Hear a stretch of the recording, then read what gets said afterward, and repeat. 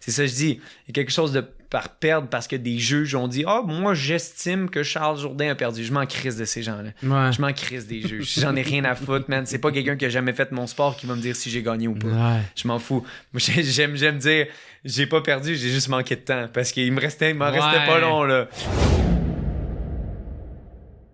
Puis là, comment tu vois... moi, j'ai regardé ton dernier combat. Yes.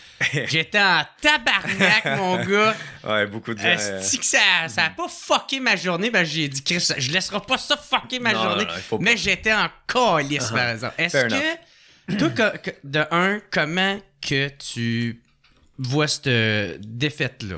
Comment t'acceptes ta décision? C'est quelque chose qu'on peut pas changer. Dans la vie, on peut pas avoir un attachement émotionnel à quelque chose qu'on peut pas changer. Ça vient du stoïcisme que j'aime beaucoup. Le stoïcisme, c'est l'absence d'émotion avec une présence de conscience. Je suis conscient que je ne peux rien changer à la décision des juges. Par contre, ce que je sais, puis j'ai parlé avec Shane, j'ai parlé avec Dana, j'ai parlé avec Daniel Cormier, j'ai parlé avec tous les gens, les hauts placés de l'UFC, dont Shane, avec qui j'ai combattu, on le sait. T'sais, qui me lâche un the judges, hein? T'sais, genre après, on s'est serré la main, j'ai dit merci beaucoup. C'était un des moments les plus magnifiques de ma carrière, puis je laisserai pas des juges me dire c'est quoi ma valeur, puis si j'ai perdu ou j'ai gagné. Mm-hmm. Oui, aux yeux de certains, c'est comme il y a beaucoup de gens, je reçois encore des messages, mais il faut juste passer à autre chose. Je suis pas quelqu'un qui aime duel avec le passé. Check. 2-3 jours après, j'étais revenu, je mettais de la glace sur mon pied, puis j'étais déjà au gym. Je veux tellement devenir plus fort que je m'en fous du résultat. Je le sais en dedans de moi que j'ai battu Shane. Je le sais que j'ai gagné le premier round, perdu le deuxième, gagné le troisième. Ben, c'est exactement. Puis c'était aux yeux de plusieurs. Puis moi, juste après, quand on s'est serré la main, il y a eu un gentleman agreement. Puis tu sais, ça revient à ce que je disais un petit peu tantôt par le fait que je n'ai pas de bill. Gagner me donnerait plus de sous.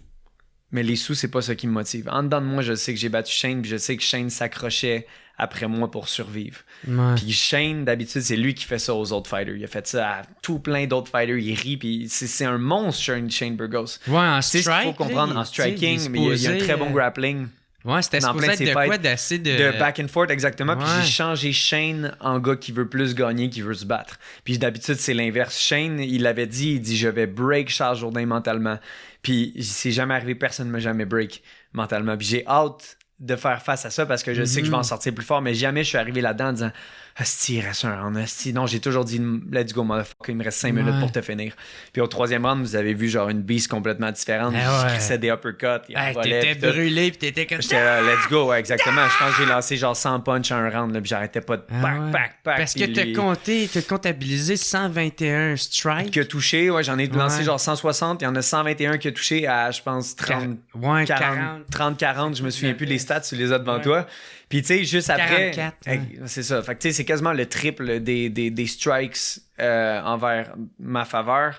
Mais ce qui a joué tu sais, c'est l'amener au sol au premier round, mais c'était pas un takedown genre lutte. Je travaille énormément sur ma lutte. Quand il a essayé un single leg, je l'ai enlevé. Quand il a essayé un double leg, je l'ai enlevé. Mais lui, ce qu'il a fait, il sait que j'aime beaucoup lancer ma gauche quand je strike, puis il a passé en dessous, puis il est venu s'accrocher après moi. Puis après ça, il est allé sur le mur de la cage, puis il a sauté avec ses pieds. C'est comme genre du tug fighting, un peu ce qu'il a fait. Puis ça, tu peux pas te préparer à ça. C'est comme vraiment spécial ce qu'il a fait. Après ça, il a pogné mon dos. J'ai réussi à me relever, je l'ai sweep, j'ai lancé des bonnes mains, puis tout le reste du round, c'était moi. Fait que 1 minute 30 de contrôle versus 3 minutes 30 de moi qui le blast, ben le 1 minute 30 de contrôle a été en sa faveur. Mais c'est ce que j'ai détesté, c'est ça s'appelle un submission attempt. C'est une tentative de soumission, peut te donner des points, mais c'est une tentative. C'est quoi? À chaque fois que je lance un punch, exactement, puis moi je l'ai pas laissé faire. J'ai bien défendu le coup. Puis exactement. Ça fait mal parce qu'il a dit, dans le fond, lui, il a déjà brisé une mâchoire en faisant ça. Ta mâchoire peut péter. Ma mâchoire faisait tellement mal, là, puis ma mâchoire était proche de casser. Puis j'étais comme, Chris, si je me battrais avec une mâchoire pétée, je taperais pas, j'ai pas envie. J'ai trop travaillé pour taper, ça. Exact. Fait que où je m'en allais avec ça. C'est qu'il a essayé de faire son tug. Oui, exactement. Submission attempt, excuse. Submission attempt, donc une tentative de soumission. Mais ce que je déteste de ce terme-là, c'est que il a essayé quelque chose qui n'a pas marché. Fait que pourquoi je te donnerais des points? C'est quoi, à chaque fois que je lance un coup de poing, ça va être une tentative de knockout? Fait que tu sais, les jeux essayaient de se cacher derrière le fait qu'il y a eu une tentative de soumission. Therefore, ça peut éliminer le fait qu'il a contrôlé 1 minute 30, moi 3 minutes 30 du round. Fait que c'est là que c'est pas venu me chercher, mais après ça, j'étais comme, c'est un peu stupide comment vous jugez ça. T'sais. C'est comme j'ai tenté de coucher avec cette fille-là. Ouais. Mais t'as pas couché avec! T'auras pas de points, pis t'auras pas les props. Je vais pas dire, hey, bravo, bro, t'as essayé d'aller chercher une 10 sur 10 pis t'as pas été capable. Non, t'es mauvais, tu sais. C'est une joke, mais une tentative, ça marche pas, bro. Fait que c'est là-dessus que les points se sont joués. C'est sur le fait qu'il a tenté quelque chose qui a pas marché, mais je comprends pas l'aspect de tenter quelque chose qui ne fonctionne pas. Ouais. Mais, regarde, c'est correct, je l'ai accepté. Déjà là, je suis au gym, j'attends des nouvelles probablement pour octobre. Tu peux rien faire. Exactement. Les choses qu'on peut pas changer, on peut pas avoir un attachement émotionnel à ça. Ça m'a pas fucké ma journée parce que je sais que j'ai passé la plus belle journée de ma vie en termes de carrière là-bas. C'était incroyable. Je suis rentré là-bas avec 23 000 personnes qui me bouaient vu que j'étais le Canadien, l'envahisseur. J'étais le conquérant. Exact. Parce que là-bas, mais quand je suis rentré dans le petit cubicule, là, le monde hurlait. Là. Le monde était là, let's go, Charles! Puis tout. Il y avait des flags du Québec. Puis tout. Dans le cubicule où quand on rentre, là, juste avant le fight, ma blonde des vidéos était juste là, puis il y avait tout le monde hurlait, puis tout. T'sais, moi, j'étais connecté avec le crowd parce que ce que j'ai pas fait dans ma carrière, c'est pas assez regarder, pas assez vivre le moment. C'est tout le temps, ça passe tellement vite un fight, là, puis genre, t'es tout le temps ailleurs mentalement. T'es dans ta tête, là, je suis sorti. Exactement, mais non, c'est pas que tu te prépares, c'est que tu te protèges. Si t'es trop dans ta bulle, c'est que tu veux pas... Tout devient trop gros à tes yeux. Ça devient un poids beaucoup trop lourd, mais quand tu le vis, t'es tellement heureux, puis il n'y a rien comme ces moments-là, parce que je sais que, mec, j'ai 50, 60, je vais me dire, hostie que c'était hot. Ouais. Là, c'est vraiment dans les 2 derniers combats que j'ai vraiment compris ça. C'est depuis que j'ai perdu contre Julian Erosa, il m'a pogné avec un Darce Choke, puis il y a quelque chose de perdre par décision. Il y a quelque chose de se faire finir.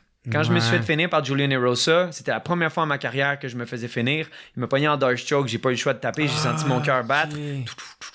Puis j'ai vu les lumières commencer à se fermer, puis j'ai dit, OK, j'ai abandonné. Puis ce qui est arrivé quand t'abandonnes, c'est un arbitre est venu sauver ma vie. Je sais que ça a l'air fou, mais moi, c'est comme ça que je le vois. Il a fallu qu'un homme vienne me sauver la vie. Parce que je n'étais pas assez prêt. Ça me fait chier, ça. En tant que guerrier, là, c'est orgueil. Mon Dieu, que ça fait mal. C'est pas un orgueil mal placé, c'est un orgueil bien placé dans le sens où je ne veux pas que ça réarrive. Therefore, je vais mettre les efforts pour que ça ne réarrive plus. Fait que j'ai mis énormément d'efforts dans tout ce qui est autour de mon sport, mais c'est ça que je dis, il y a quelque chose de par perdre parce que des juges ont dit moi j'estime que Charles Jourdain a perdu. Je m'en crisse de ces gens-là.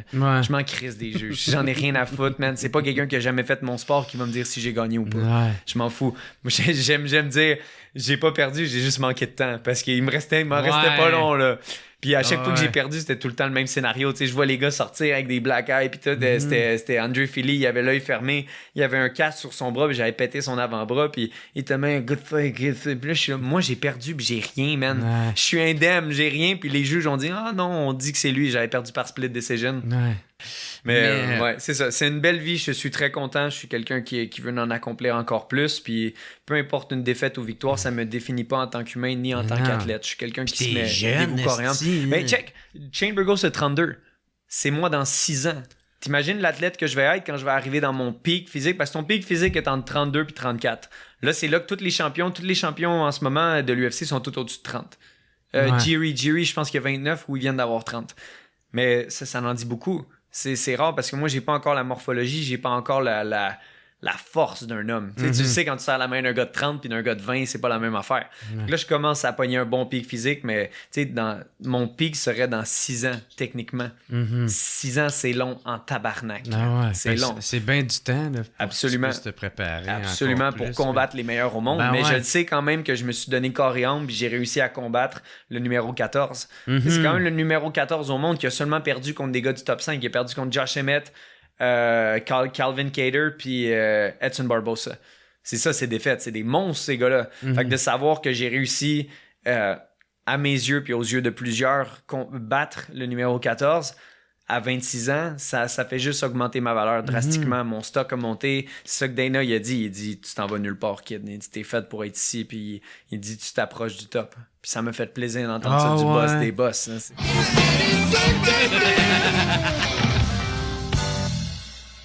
Hey, what's up tout le monde? Gros merci d'écouter et de suivre le What's Up Podcast. Vous pouvez m'aider en devenant membre Patreon. Il y a une couple de forfaits. Il y en a à 3, il y en a à 4, d'autres à 10 et d'autres à 25.